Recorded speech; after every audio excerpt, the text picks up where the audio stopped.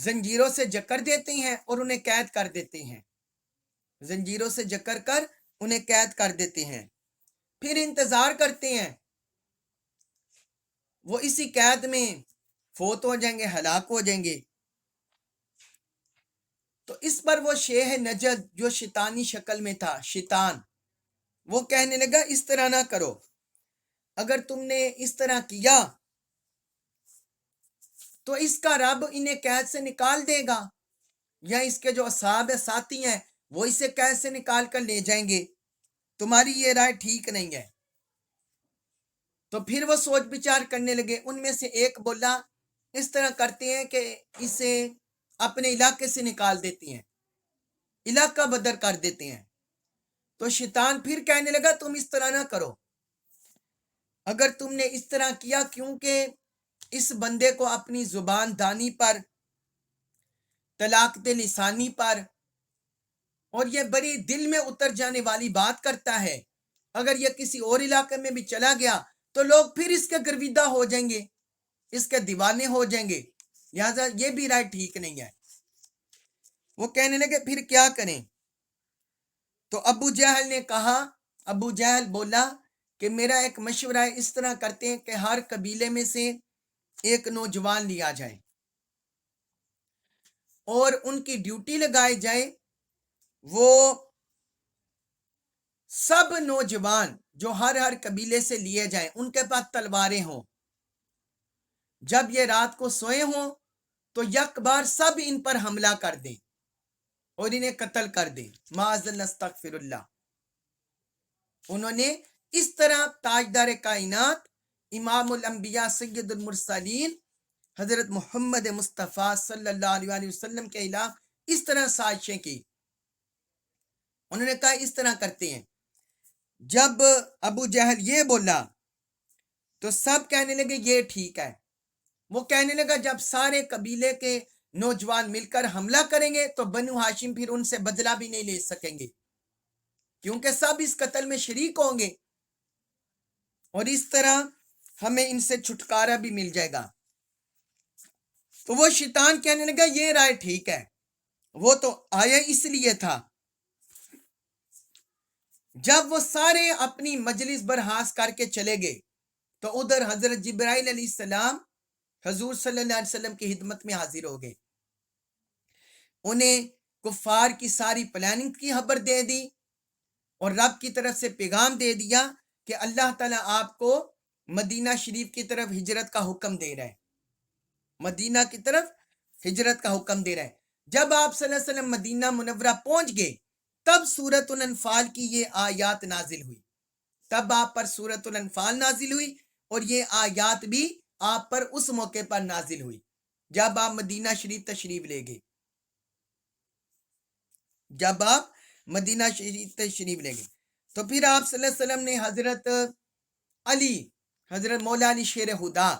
ان کو اپنے بستر پر سلا دیا، اپنا جبہ بھی انہیں دے دیا کہ یہ زیب تن کر لو، اور اپنے بستر پر سلا دیا، اور فرمایا اپنی جو سبز چادر مبارک وہ بھی انہیں دے دی، اور انہیں فرمایا گھبرانا نہیں، اللہ تعالیٰ تمہاری حفاظت فرمائے گا۔ اور پھر آپ صلی اللہ علیہ وسلم جب انہوں نے آپ کے گھر کے گرد گھیراؤ کر لیا تو آپ صلی اللہ علیہ وسلم سورہ یاسین کی ابتدائی آیات، یاسین والقرآن الحکیم، یہاں سے لے کر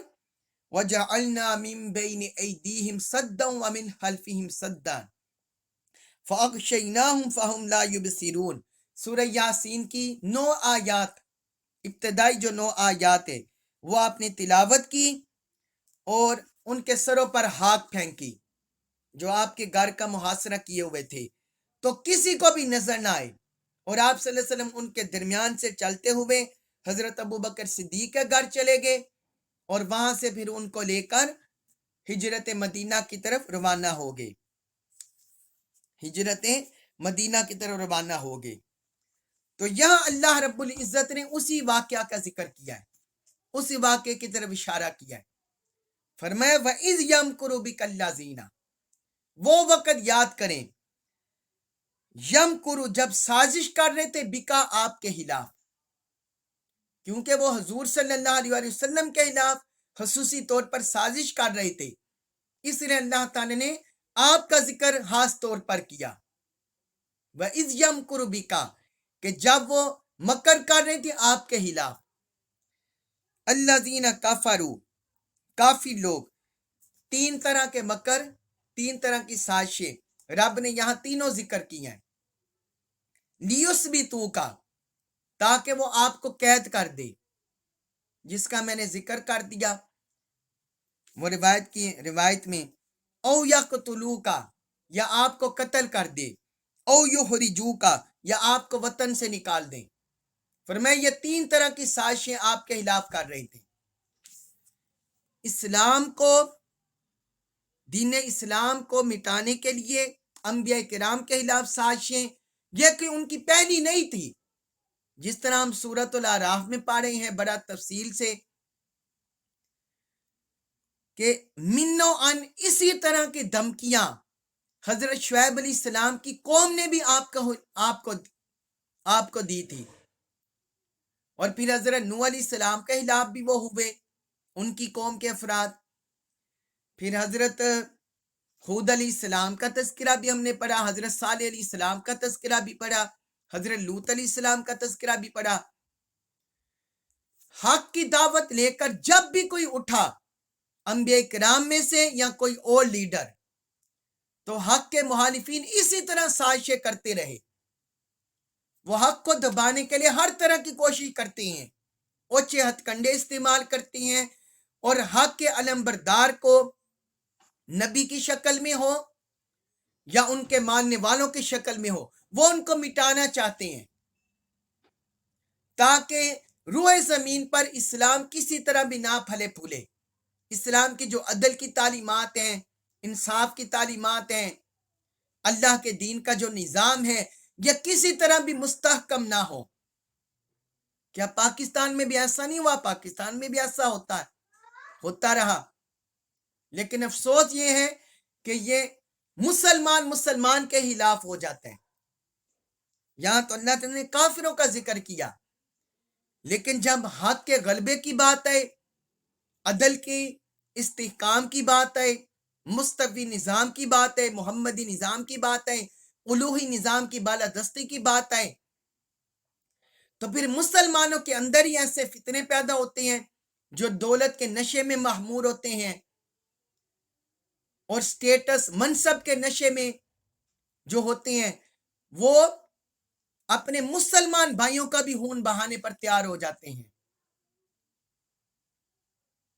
تو یہاں اللہ تعالیٰ نے ذکر کیا ہے کہ تین طرح کی، کبھی وہ قید کرنے کا سوچتے ہیں کہ جیل میں ڈال دیں، کبھی سوچتے ہیں انہیں قتل کر دیں، کبھی سوچتے ہیں اپنے علاقے سے نکال دیں۔ آگے اللہ تعالیٰ نے فرمایا وَيَمْكُرُونَ وَيَمْكُرُ اللَّهُ، فرمایا اور وہ سازش کر رہے تھے اور اللہ خفیہ تدبیر فرما رہا تھا۔ مکر دونوں لفظوں میں ہے، کافروں کے لیے بھی اللہ تعالیٰ نے یہی لفظ استعمال کیا، اپنے لیے بھی، لیکن چونکہ یہ مکر و فریب اس کا تعلق ہوتا ہے خفیہ سازش کے ساتھ، اور اللہ اس سے پاک ہے۔ اللہ تعالیٰ معاذ اللہ کبھی بھی اس طرح کی جو نیگیٹو اللہ تبارک و تعالیٰ کی طرف منسوب نہیں کی جا سکتی، وہ اس سے پاک ہے۔ ہاں، وہ حق کو غلبہ دلانے کے لیے خفیہ تدبیر فرما رہا تھا۔ وہ مکر و فریب کر رہے تھے کفار اور مشرکین، اور اللہ ان کے رد میں خفیہ تدبیر فرما رہا تھا۔ آگے فرمایا واللہ خیر الماکرین، اور اللہ بہترین، سب سے بڑھ کر مخفی تدبیر فرمانے والا ہے، کہ اللہ تعالیٰ نے اپنی خفیہ تدبیر سے اپنے حبیب کو مکہ مکرمہ سے نکالا اور مدینہ طیبہ میں جگہ عطا فرما دی۔